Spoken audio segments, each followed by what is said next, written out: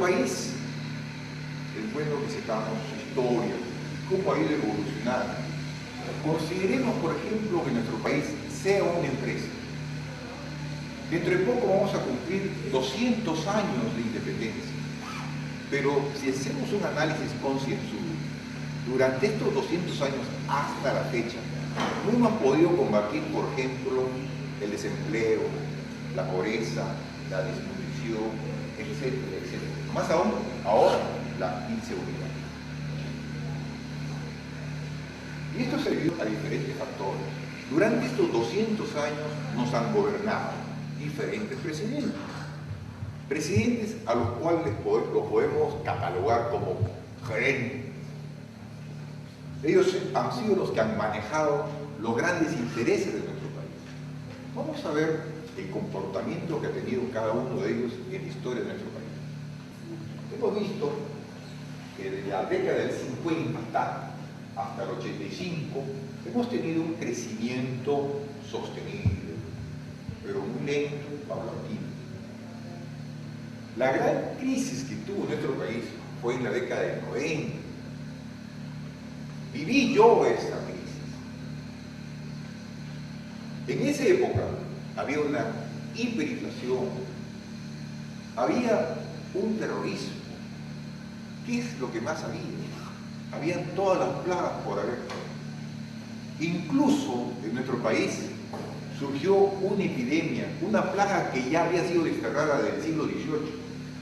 Me acuerdo perfectamente, por ejemplo, que un conocido programa de televisión, un programa noticiero, 24 horas, el relator de noticias de aquel entonces dijo con voz fuerte: en nuestro país en este momento está habiendo una gran plaga, la epidemia de cólera. Quizás para el noticiero era una gran noticia, porque eso les gusta a los noticieros, dar a conocer el escándalo. Pero esa noticia que dio la vuelta al mundo en menos de 24 horas, ¿qué es lo que trajo como consecuencia? Nuestro país siempre ha sido productor de productos tradicionales y no tradicionales. Millones de dólares en productos alimentarios se quedaron en los puertos y aeropuertos. Hubo una gran crisis nacional.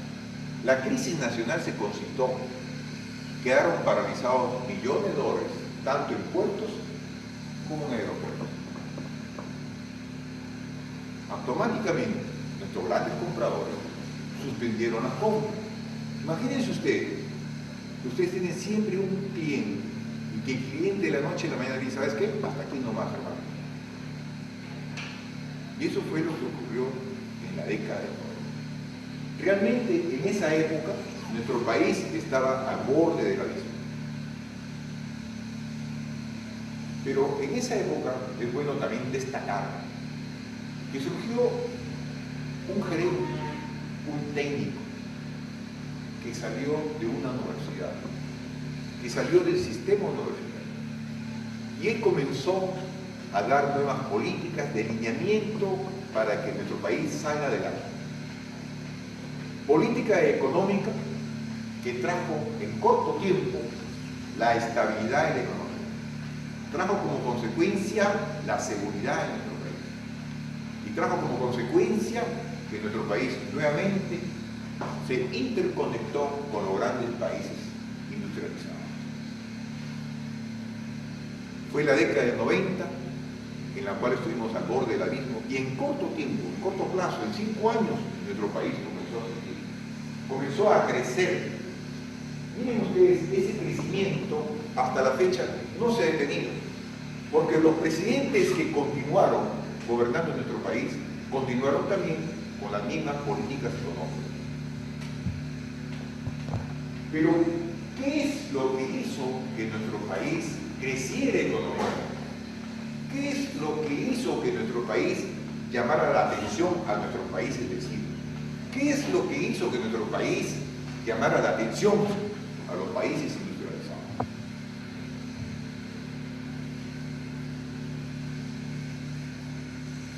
Miren ustedes, en este cuadro, al cual he titulado Economía del Perú en números, Actualmente, nuestras reservas internacionales netas llegan a los 65.000 millones de dólares. Nuestras exportaciones totales superan los 41.000 millones de dólares. Nuestras exportaciones tradicionales llegan a 31.000 millones de dólares. Y las exportaciones no tradicionales, es decir, las exportaciones que son productos manufacturados, ya llegaron y superaron los 10.000 millones de dólares. He aquí un ejemplo en números como un país como el nuestro, gracias a su política económica, gracias a la política implementada del Estado de la época del 90, nuestro país está creciendo económicamente. Y miren ustedes, tradicionalmente, nuestras exportaciones tradicionales significaban el 45% de la economía. Éramos única y exclusivamente un país que extraía, producía y vendía materia prima. Es decir, éramos malos negociantes, pésimos negociantes. Vendíamos la pulpa y nos quedábamos con eso.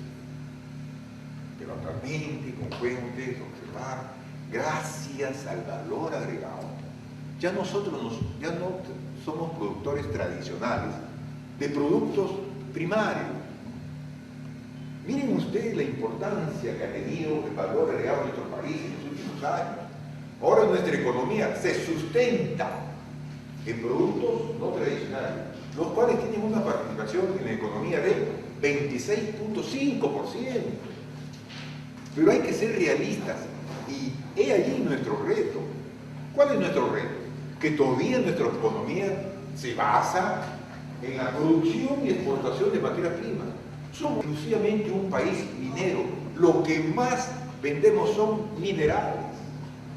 Pero los minerales son susceptibles a crisis. Cuando los grandes países industrializados entran en crisis y entran en grandes intereses, ellos son los que hacen que los precios de las materias primas disminuyan.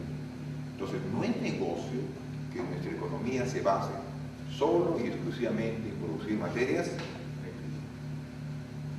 He ahí un ejemplo de cómo un país como el nuestro ha logrado dar mayor valor agregado a su pueblo.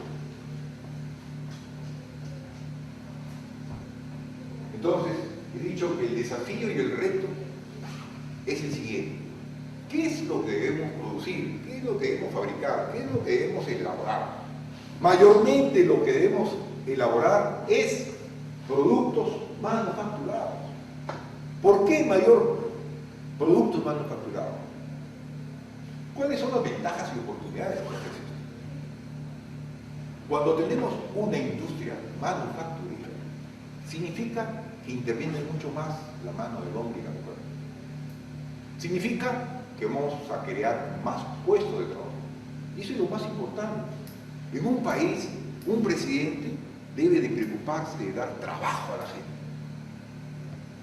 Pero si damos trabajo a la gente y si damos oportunidades a los empresarios para que ellos invierten y arriesguen, también cuando producimos productos manufacturados, no solamente generamos más puestos de trabajo, sino vamos a producir más riqueza. Y aquí quiero que ustedes tengan presente lo siguiente. Si ustedes han venido a este seminario, quiero que ustedes sean conscientes lo que les ha traído aquí y los ha motivado es su interés, si son empresarios, aumentar sus ingresos, duplicar sus ganancias, triplicar sus ventas. ¿Qué es el común denominador que tenemos nosotros? El común denominador que tenemos nosotros es que somos amigos del dinero. Nos gusta atesorar y acumular dinero. Si no, no fuéramos empresarios. ¿Me dejo entender? Y tener dinero no es malo. ¿Ustedes creen que Dios, el gran creador, nos creó para que seamos pobres y mismos? Jamás. Tener dinero no es malo. Hacer mal uso del dinero, eso es lo malo. Y aprendamos, imitemos. Si logramos la fortuna de ser millonario, lo cual no es difícil ni imposible, porque ¿qué es un millón? Un millón es miles. Quiere decir que si yo, con mi esfuerzo, con mi creatividad, reúno mis primeros miles, lo que debo hacer es simple y llanamente multiplicar 1000 veces los 1000 soles que yo tengo. Y junté mi primer millón. Y cuando yo tengo mi primer millón, será mucho más fácil tener el segundo millón, el tercer millón, el cuarto millón. Porque cuando ganamos el primer millón, es como una cadenita. Los millones vienen fácil. En los últimos años, nuestro país ha sido un exportador. Pero quizás ustedes, como peruanos, tengan ese espíritu nacionalista, ¿no es cierto? Dirán ustedes, pero ¿para qué vamos a exportar si nosotros lo que producimos? ¿No es cierto? Si nosotros producimos alimentos, y ustedes muy bien saben que en nuestro país existe un gran problema álgido como es la desnutrición. ¿Por qué voy a exportar productos alimenticios si nuestra población la necesita y la requiere? ¿Sí o no? Pero tratemos de imitar. Miren ustedes, el más grande empresario que ha habido en el siglo XX ha sido un japonés que llegó a vivir 93 años. Fue el famoso Matsushita, el creador de un emporio de la industria de electrodomésticos. ¿Por qué se le consideró el empresario más grande del siglo XX? ¿Por qué? En la década del 29, en la cual existió la gran depresión económica, en la cual cientos de empresarios millonarios, para ellos el camino más fácil fue suicidarse. Muchísimos se suicidaron. Fue una gran crisis. Imagínense ustedes, tener plata el día sin no tener nada. ¿Correcto? ¿Qué es lo que hizo Matsushita? ¿Saben lo que hizo Matsushita? No hizo lo que hicieron los otros empresarios. Los malos empresarios, ¿qué hicieron? Lo fácil. ¿Qué es lo fácil? Reducir personal, votar personal. Eso es lo más fácil. ¿Qué es lo que hizo él? Sabiendo el papel y rol que cumple un trabajador en un negocio. Dijo él, la única forma de que yo salga de esta crisis es que yo venda más. Y para que yo venda más, voy a hacer lo siguiente. Los más hábiles, los que tengan ese espíritu negociador, los voy a sacar de la línea de producción y los voy a llevar al área de ventas. Y eso es lo que hizo. Vendía más. Porque en un negocio, la clave o la etapa más difícil de toda empresa son las ventas. Yo puedo tener el mejor producto, puedo brindar el mejor servicio, pero si no vendo, se acabó el negocio.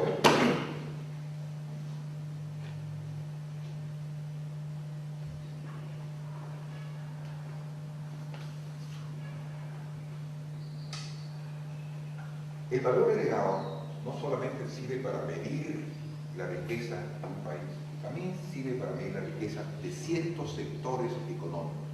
En este caso, voy a empezar por el sector pequeño, del cual conozco un poco. Ustedes muy bien saben que nuestro país, por tradición, es reconocido mundialmente en 186 países como un país pesquero. Porque nuestro producto principal es la harina de pescado. Y la harina de pescado se envasa en saco. Y en cada saco dice Made in Perú. Y si estos sacos han ido a 186 países, entonces ya tenemos fama de que somos un país pesquero. Y existe la marca Perú. ¿Correcto? Es una fortaleza. Miren ustedes, en el sector pesquero, las exportaciones crecieron paulatinamente desde 2008 hasta el 2013. Las tradicionales, ¿cuáles? La harina de pescado. Y las no tradicionales, ¿cuáles? Son los productos de consumo humano directo. ¿Correcto? Estas cifras no las inventado yo, por si acaso. Las ha recogido una fuente fidedigna y confiable, que es el Banco Central de Reserva. ¿Correcto? Pero miren ustedes, para mí es una alegría, como profesional en el sector pesquero, que las exportaciones no tradicionales han ido aumentando año a año.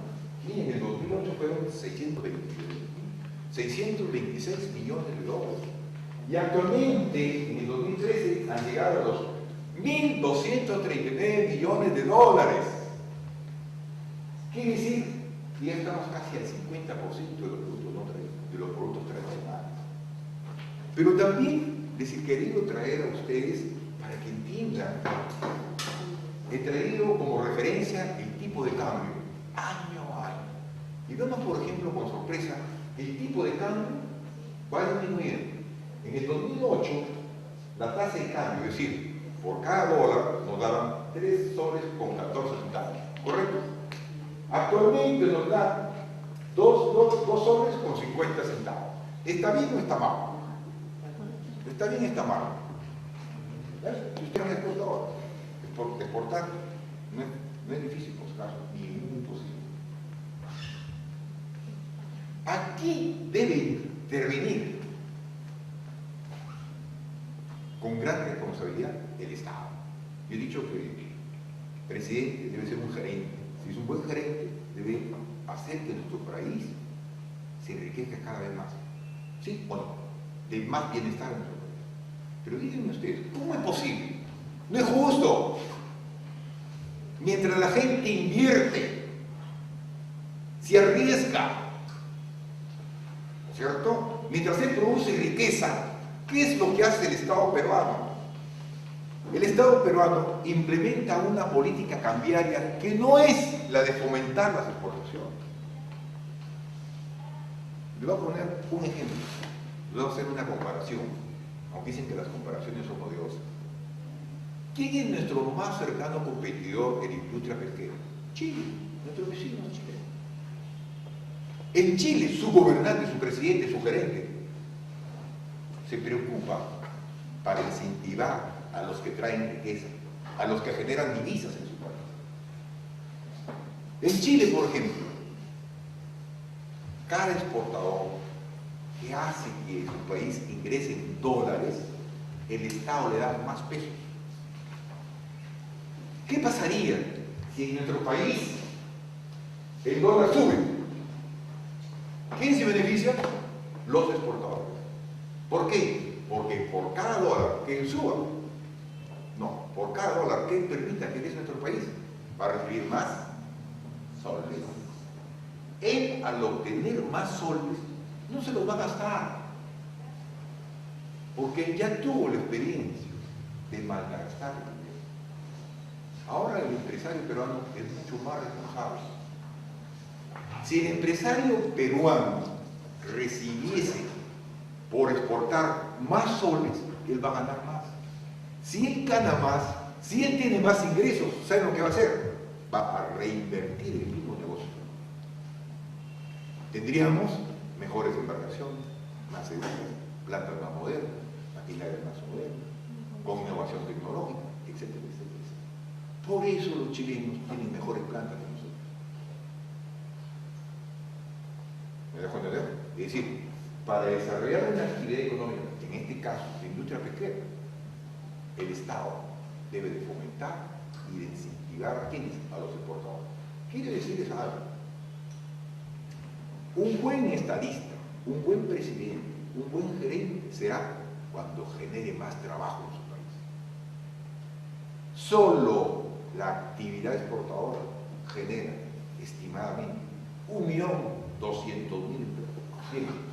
Ya que estamos analizando el sector pesquero, hemos visto que ahora estamos exportando más. ¿Qué es lo que estamos exportando más? Productos no tradicionales, productos manufacturados. Aquí tenemos una especie que muchos de nosotros lo hemos comido y saboreado, ¿no es cierto? ¿Saben cuál es? ¿Saben cuál es? ¿Doris, sabes? Perico. Perico, qué bien. Sabe de cosas buenas, ¿no? ¿Qué es lo que ocurre? Muchísima gente saborea, ¿no? Es un manjar el perico, cuando lo sabemos preparar. Pero el perico tiene ese color cuando está fresco. Cuando vamos al mercado, el perico no tiene ese color porque no está fresco. Dice que el problema en nuestro país es que lo venden el pescado no estando tan fresco. voy a hacer preguntas simple y sencilla. ¿Ustedes qué pagarían más? ¿Por un perico así, entero? ¿O un filete de perico? Ustedes, si ustedes fueran los dueños de ese perico, ¿cómo preferirían venderlo? ¿Entero o en filete? Ganarán más. ¿Qué es lo que han hecho? Única y sencillamente darle más valor agregado. Ahora sí, hemos visto a grosso modo cómo ha crecido el sector pesquero y hemos visto la variedad de productos que se generan en la actividad pesquera. ¿Correcto? Pero miren, así como al inicio de esta conferencia, traté y di un ejemplo de cómo medimos el valor agregado en un país, ¿no es cierto? Después hemos visto el valor agregado en un sector, el sector pesquero.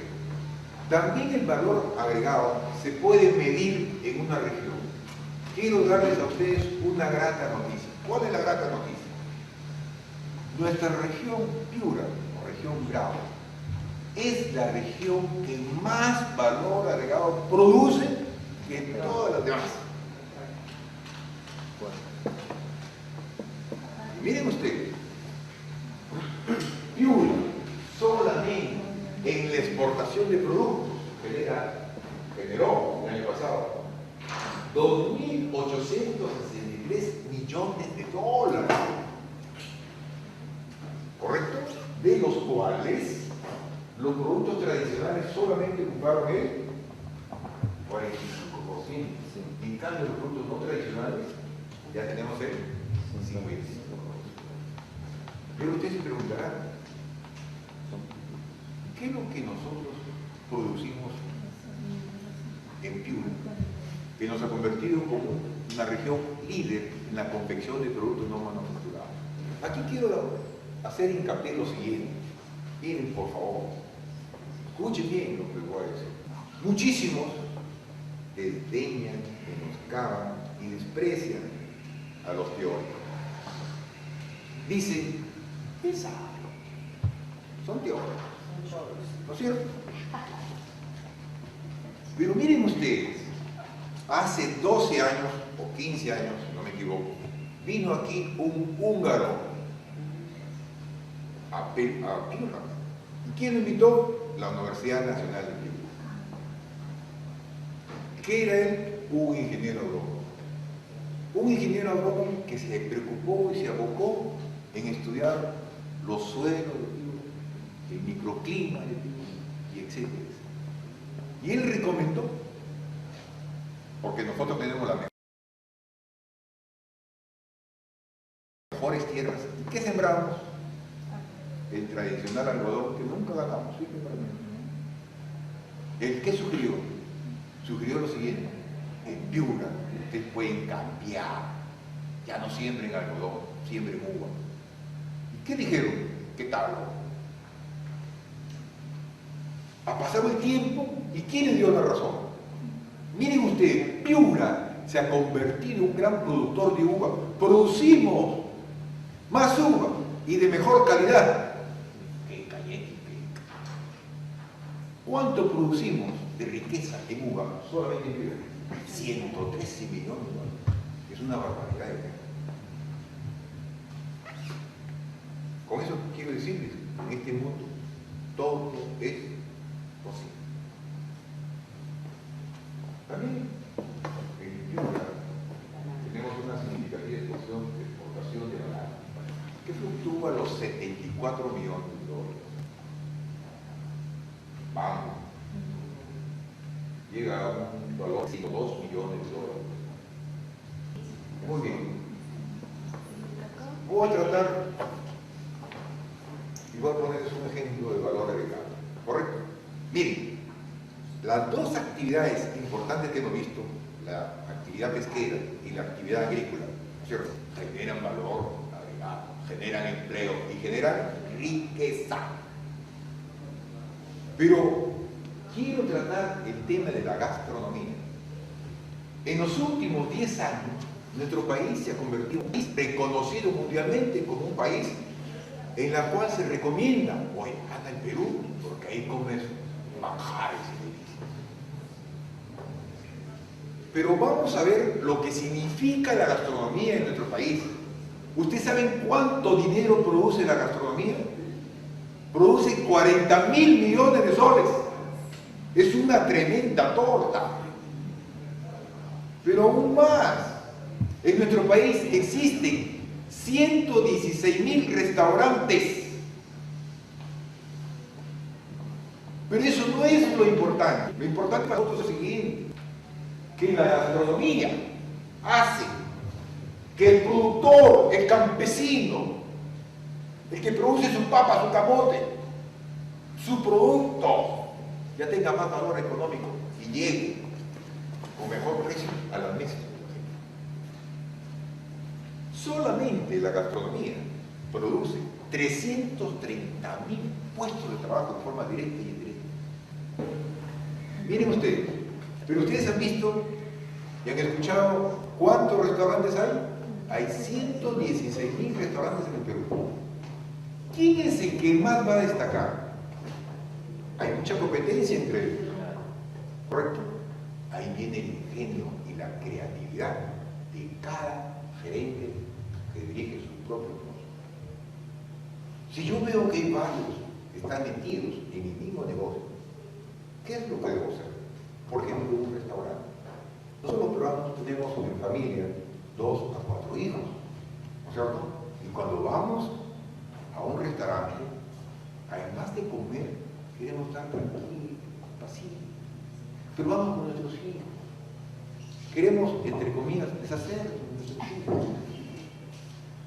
Entonces, el empresario, el emprendedor, ¿qué es lo que debe hacer? Implementar en su negocio, ¿no?, una área especial para niños, donde ofrece el servicio gratuito de guardería, para que los niños vayan y jueguen ahí. ¿Qué es lo que vamos a hacer? Cuando nosotros vamos a un restaurante, no solamente vamos a comer, vamos a distraernos. ¿Y quién de nosotros no quiere bailar? Más aún si estamos bien acompañados, ¿no es cierto? En este caso con nuestra esposa. Qué bien haría un restaurante, qué bien haría un restaurante si él dijera: obviamente los que vienen son padres de familia, son mayores de edad, ganan, tienen edad, tienen poder adquisitivo. Les pongo música y no cobro por la música. ¿Usted qué es lo tradicional ahorita? La gente va a un restaurante, come y sale. ¿Sí o no? No se queda, porque el restaurante no tiene la capacidad de brindar algo atractivo al cliente. ¿Quién es el rey en un negocio? El cliente. ¿Cómo debo hacer para que el cliente no solamente se quede, sino gaste más? Le brindo buena música. Si veo que son de la generación, no, del 80, le pongo cierta música del 80. Hay que ser ingenioso. Entonces, he ahí otro ejemplo de dar valor a un valor.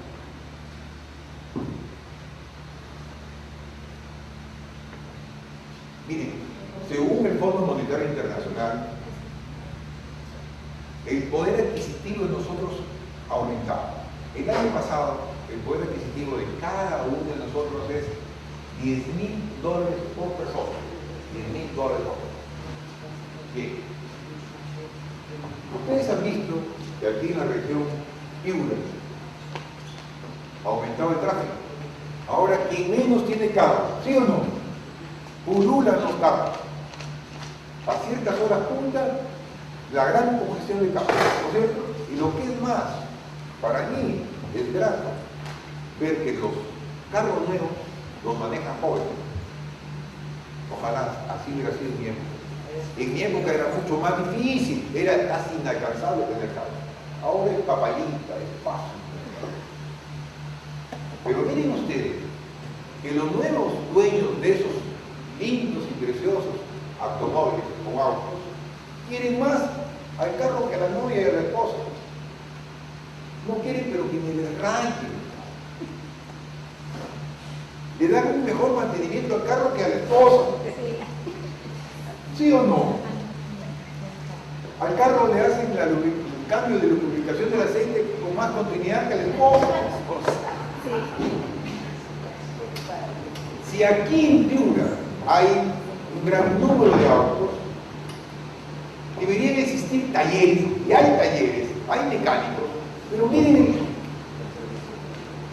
la vestimenta de un mecánico tradicional. Vamos a un taller de mecánico y el mecánico está más sucio que el trapeo de mi casa. Él piensa que con esa impresión, ¿no es cierto?, va a cautivar o va a dar la imagen de que es mejor mecánico. Y no es así. Les hago recordar, por ejemplo, que el creador del automóvil, ¿quién fue? Henry Ford. Henry Ford ingresaba a sus talleres donde se fabricaban los automóviles. Él entraba todo de blanco, mantel blanco. Con eso él quería demostrarle a sus mecánicos, a sus fabricantes, que no es necesario untarse de grasa para decir que son buenos mecánicos. Retomando, si nosotros tenemos la necesidad de ir a un mecánico, el cual le va a dar mantenimiento y conservación al automóvil, el mecánico debe actuar con inteligencia y creatividad. Si él compuso bien el auto, él debe darle más valor a su trabajo. ¿Qué es lo que debe hacer? ¿Sabe lo que debe hacer? Llevarle el auto a la casa del dueño y llevárselo limpiecito. Y por limpiarlo no debe cobrar. ¿Me dejo entender? Ya verán cuántos clientes más van a aumentar en su tarifa. Como ahora tenemos más poder adquisitivo, podemos comprar más, podemos comprar regalos a nuestra esposa, a nuestra compañera, a nuestra amiga y quizás a la madre, ¿cierto? Qué bien se ve que cuando vayamos a una tienda, compremos un regalo, el regalo se lo lleve no uno mismo, sino el mensajero. Pero no por esto le vamos a cobrar por este servicio. Hay un refrán que dicen los chinos: si tú abres un negocio y si no sabes sonreír, jamás apertures un negocio.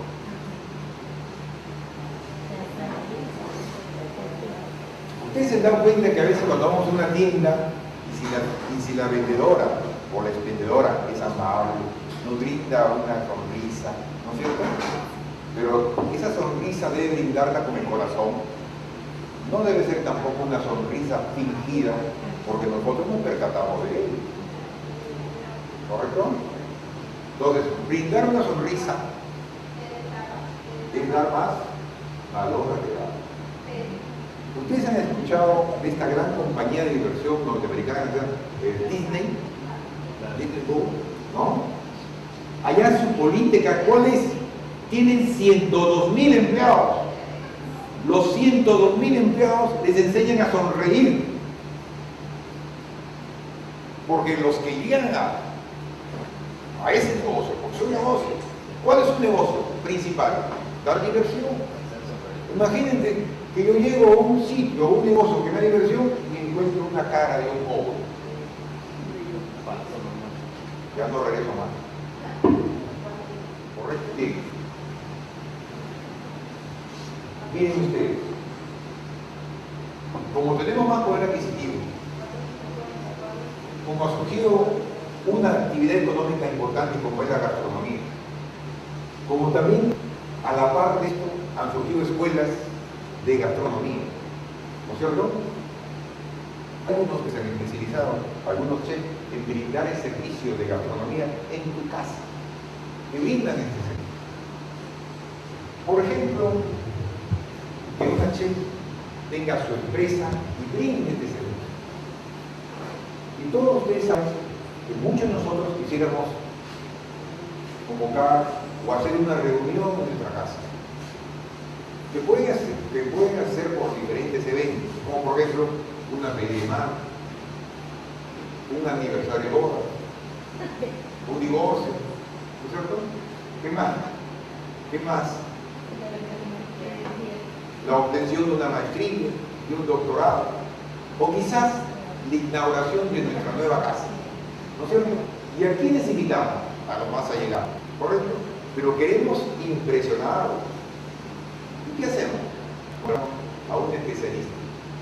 Entonces el especialista va a ofrecer ese servicio y a vender a esa familia, pero lamentablemente la especialista, la chef, no tuvo tiempo para buscar un mozo.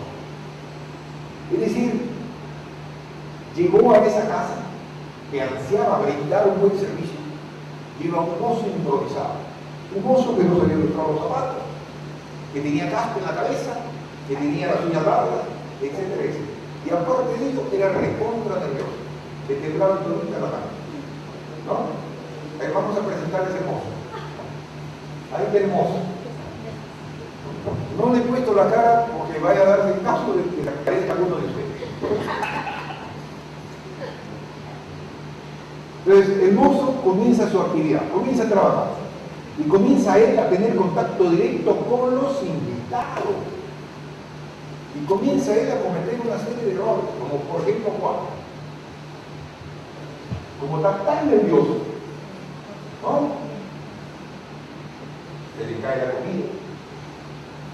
Precisamente en el vestido de la madre, precisamente en el vestido de la futura consuegra. ¿Qué mal? Todo por culpa de él. No es por culpa de él, es por la improvisación.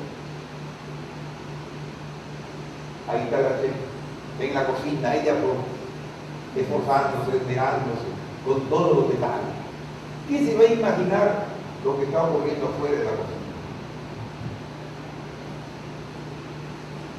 Cuando concluye la cena, la dueña de la casa llama a ella y le dice: exquisita comida, lástima que el mozo que trajiste malogró mi fiesta. Yo les pregunto, ¿ustedes creen que esa señora va a volver a contratar a esa chef? ¿Ustedes creen que esa señora va a recomendar a esa chef a otra amiga? Never. Es por eso, miren, el valor agregado lo establecen los detalles. No se trata de magia, pero el resultado es magia. Quiero terminar mi exposición haciéndoles esta reflexión. Levántate como gigante, demuestra al mundo que tienes mucho que enseñar al mundo, que tienes valores, que tenemos líderes de clase mundial, no viviendo de rodillas, sino mostrando con ética, con entereza, con fuerza, con firmeza, que se puede construir con creatividad, con prosperidad, una nación grande como el Perú. Gracias.